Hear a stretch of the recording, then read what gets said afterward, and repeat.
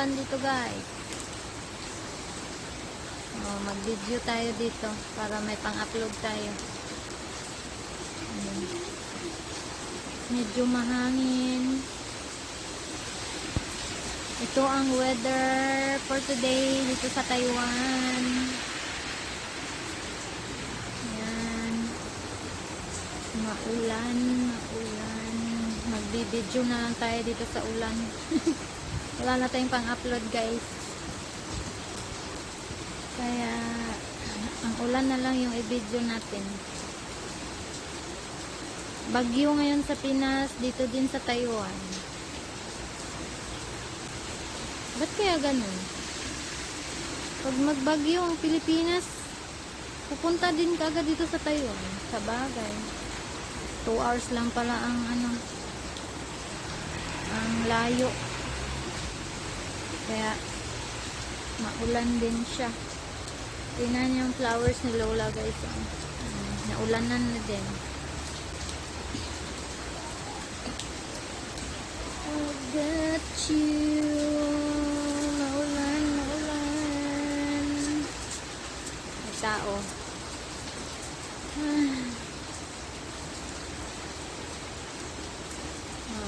Nalungkot ang alaga ko guys kasi magpapacheck up dapat siya. Maulan eh. Sa clinic lang kasi siya magpapacheck up guys. Nasa dulo lang dito ng bahay namin. Hindi na kailangan magsasakyan. Kaya nalungkot siya kay hindi daw siya nakapagpa-check up. Maulan eh. Kailangan magpapaulan kami. Diba?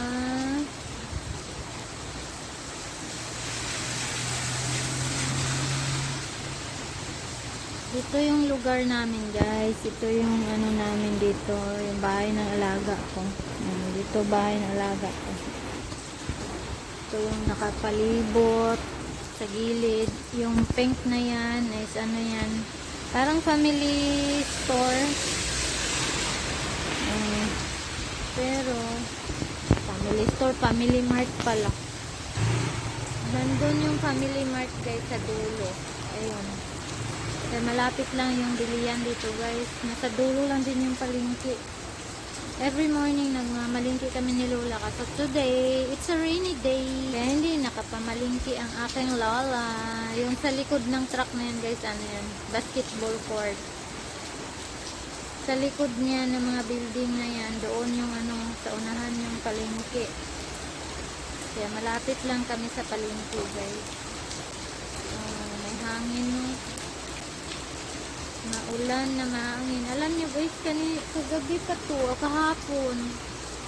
Pero kaninang kagabi, pahinto-hinto siya. Pero ngayong araw na to, from morning talaga, up until ngayon, tanghali. Tanghali na guys, hindi siya tumitila. Hindi siya tumitigil. Tuloy-tuloy yung ulan. Kaya sa ibang part ng Taiwan, na baha na. Maapaw na yung tubig kasi continue dyan kagabi guys yan sa may pink na yan nagpaulan kami ni Lola napunta dyan kasi namimigay sila ng 1 pack na tissue, isang slice na cake at noodles. Ayun, nakakuha kami dalawa ni Lola. Hindi nakalibre. Ang ganda talaga ng Taiwan guys. Alam nyo kasi yung mga yung excess na pera ng gobyerno binabalik sa tao. Sana sa Pilipinas ganun din. Hindi yung puro pangungurakot na lang yung alam sa Pilipinas. Kaya kawawa ang mga mahihirap, lalong naghihirap. Ang mayayaman, lalong yumayaman. Diba? Kaya nakakalungkot isipin. Napakayaman ng bansang Pilipinas, pero hirap ang mga tao dahil sa korupsyon. Pinag-uusapan na natin ang politiko.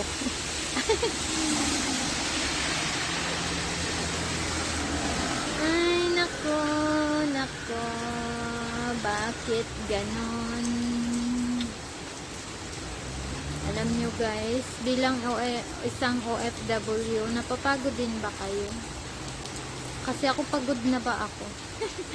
Gusto ko na umuwi. Nakakapagod na din maging OFW guys. Pero hindi pa sapat yung ipon ko. Kailangan pang makaipon bago umuwi.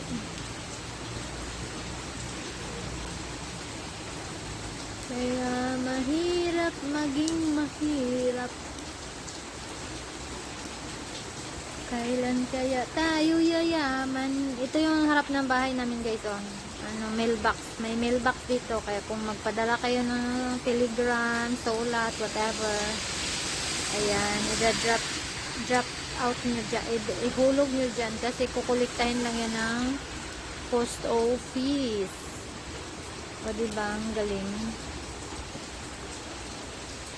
I have you.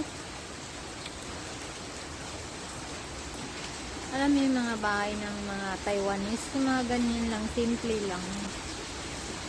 Bihira ka lang dito makakita ng bonggang bahay, yung mga private property na yan.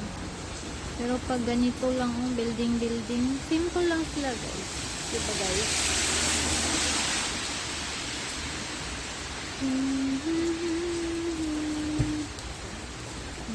Ulan ang araw.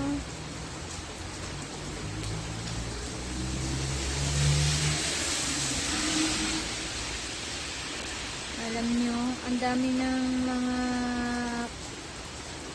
pangyayari ngayon sa Pilipinas na hindi mo maipaliwanag. Naway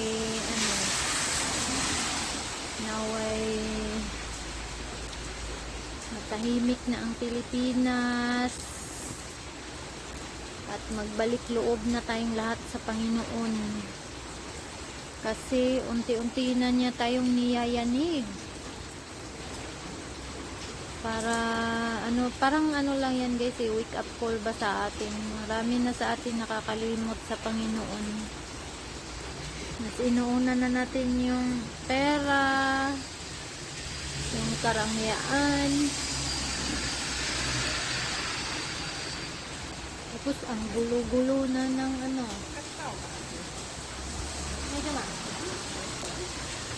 Ayos siya, iya.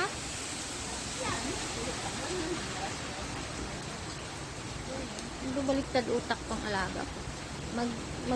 Magwalis daw siya.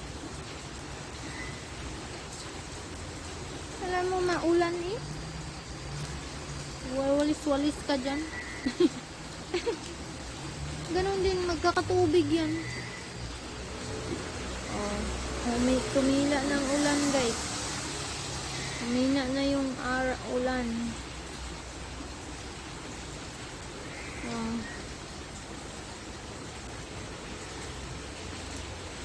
Tumila na siya, baka titigil na to.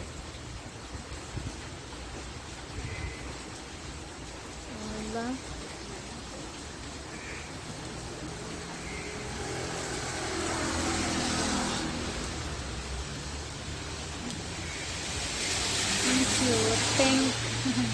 Pink color, my favorite color. Ay, nako Lord. Tulungan mo ang bansang Pilipinas, God. Na manahimik na ang gulo, masolusyonan na ang problema. Nakakaawa ang mga mahihirap. Lalong maghihirap.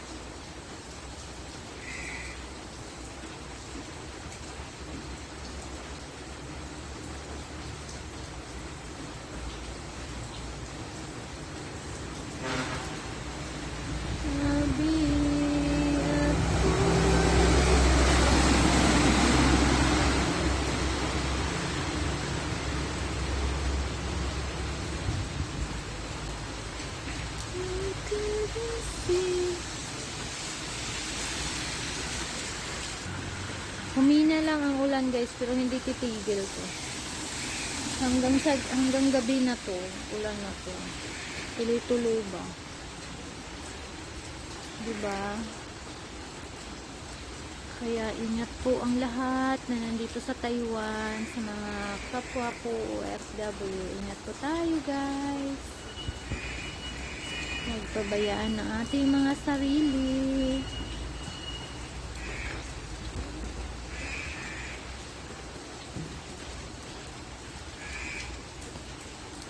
Ito yung kagandahan sa bansang Taiwan, guys. Alam nyo? Kasi madali nilang solusyonan ang problema dito kung magbaha. Maaayos agad ang problema. Hindi katulad sa atin sa Pilipinas. Naku, abuti ng siyam-siyam. Kaya masakit ang katotohanan. Mas masakit pa sa breakup. Pero alam nyo guys, wish ko talaga no, magkaroon na ng katahimikan sa Pilipinas. Yung mga politika natin, politiko. Naway unahin nila tayong mga Pilipino na kailangan natin ng tulong nila, yung solusyon sa kahirapan. Dapat bigyan ng trabaho na hindi na tayo mangingibang bansa. Nakakapagod na guys. Nakakapagod na maging OFW guys. Gusto ko na umuwi sa sariling bansa natin pero ang hirap. Hindi tayo makahanap ng matinong trabaho doon kasi ang napaka taas ng qualification nila, taas ang sahod, ang liit-liit.